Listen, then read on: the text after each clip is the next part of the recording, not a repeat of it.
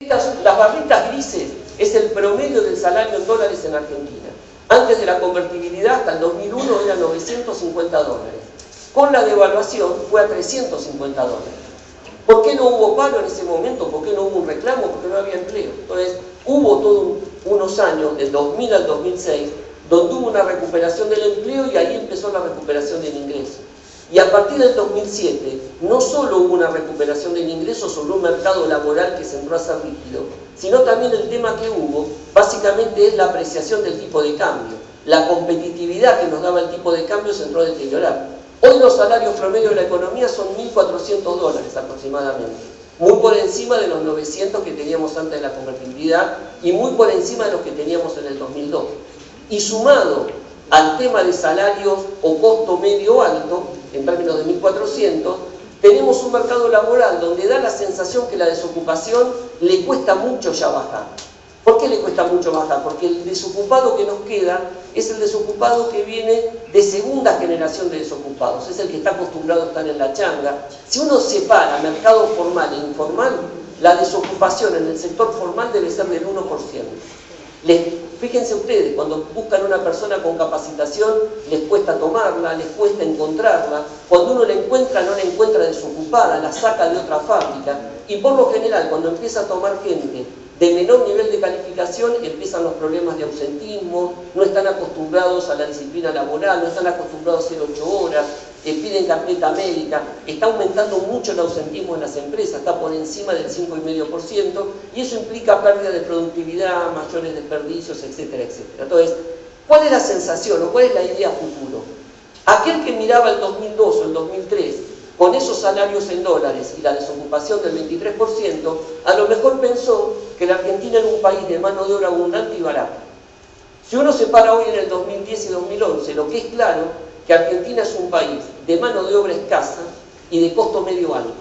Por lo tanto, la productividad que nos dio, la ganancia extraordinaria que nos dio un salario atrasado, un costo laboral atrasado, para futuro no va a venir. Y no hay una devaluación posible a futuro que pueda corregir este costo laboral. Y a su vez, si miran los circulitos, se van a dar cuenta que el costo de capital en dólares está cayendo. Es claro el mensaje a futuro. La productividad de las empresas y de las cadenas productivas ya no va a venir por una devaluación, no va a venir por el efecto tipo de cambio. Tiene que venir de la mejora de la productividad de nuestros propios negocios, comercios, de ser más eficientes, de incorporar más capital. Y también es un replanteo como sociedad futuro, ¿dónde vamos a basar nuestro desarrollo? Nosotros no podemos competir con países que tienen mano de obra abundante y barata. Nosotros somos un país de mano de obra escasa, calificada y de costo medio alto.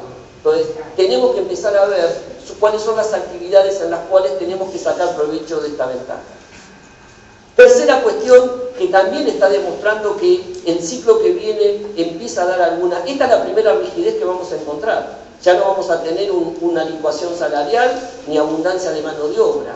Falta gente capacitada, mercado salarial rígido y costo laboral en dólares aumentando. No solo por la discusión salarial, sino por la apreciación del tipo de cambio.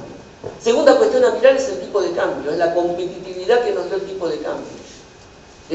Ahí hay, si miran esta es la relación básicamente con el real, esta es la relación del tipo de cambio multilateral y esta es la relación con el dólar.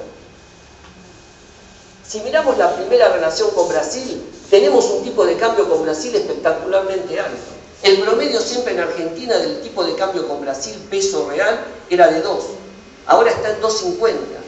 ¿Qué quiero decir con esto?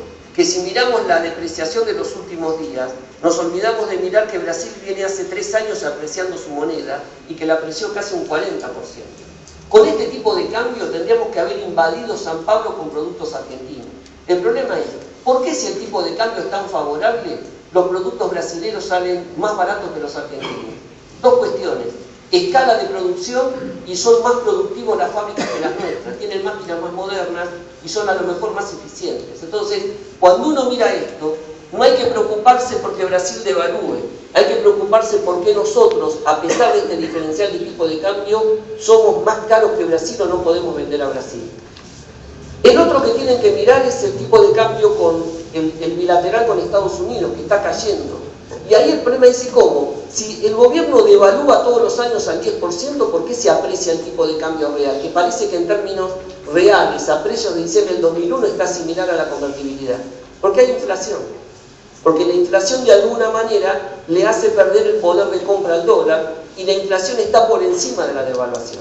Entonces, la discusión a futuro en los próximos años también es distinta, porque los empresarios cuando piden una devaluación quieren venir acá, al periodo este, donde el tipo de cambio real era tan alto, era 1,80, 1,90, que con una máquina de 30 años igual salía al mercado, vendía y ganaba plata.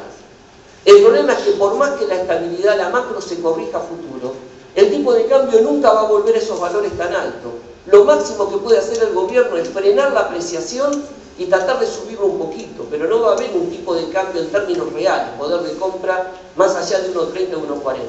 Y vuelvo al concepto, aunque la macro en el próximo ciclo se estabilice, no va a ser tan blanda como fue en los primeros años. Por lo tanto, refuerzo la idea, la competitividad, la renta, la ganancia va a venir de los propios cambios que hagamos en nuestra propia empresa y en el entorno. No va a venir por una mágica devaluación, que tampoco hay margen para hacerlo.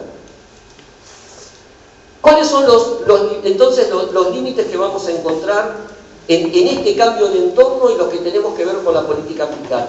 El principal problema que tenemos en la política fiscal, que es la principal, si quieren, política del gobierno, tiene que ver con la pérdida de superávit primario que estamos teniendo y la necesidad de que el Banco Central financie.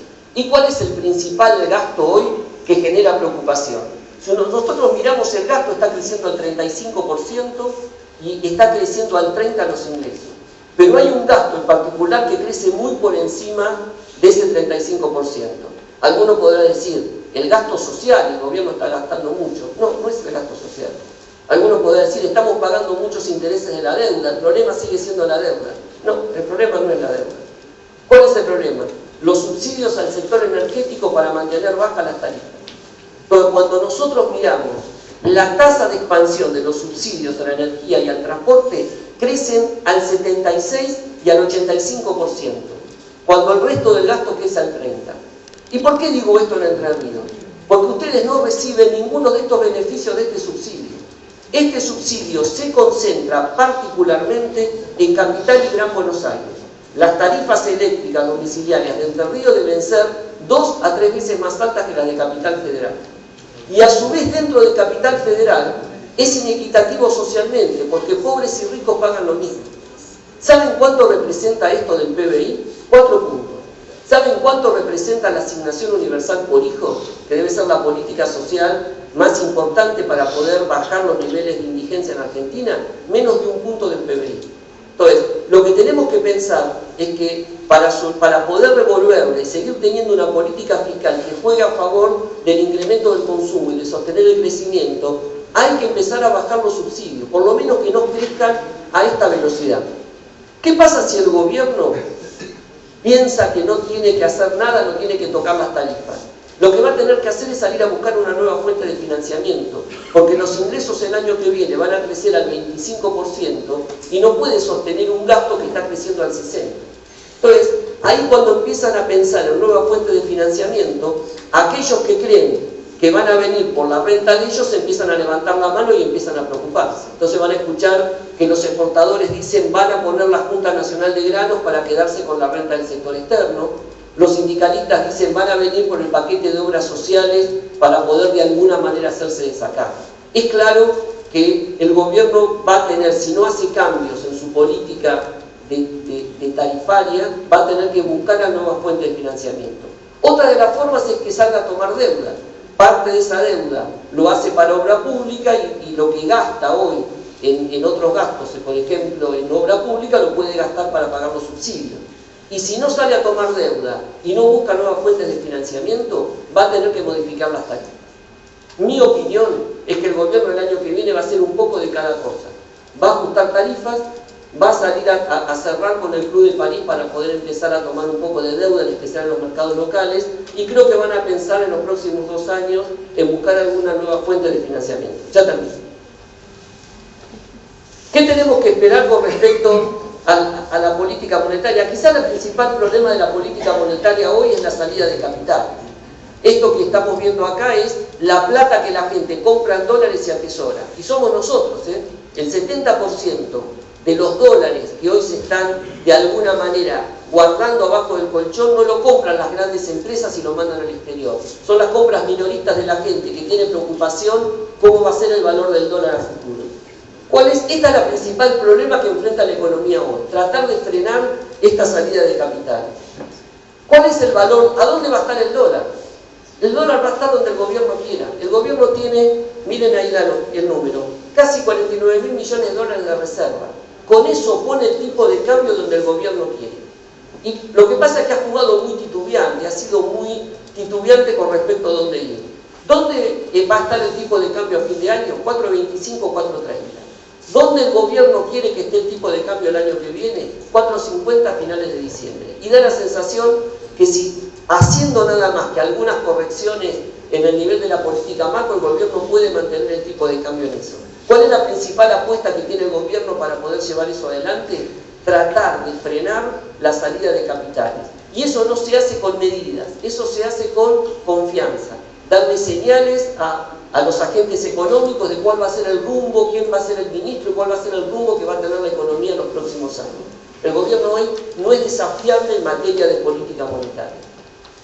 En términos de sector externo, la principal preocupación que hay hoy es que estamos perdiendo el superávit comercial, o perdimos el superávit comercial que teníamos en el sector energético.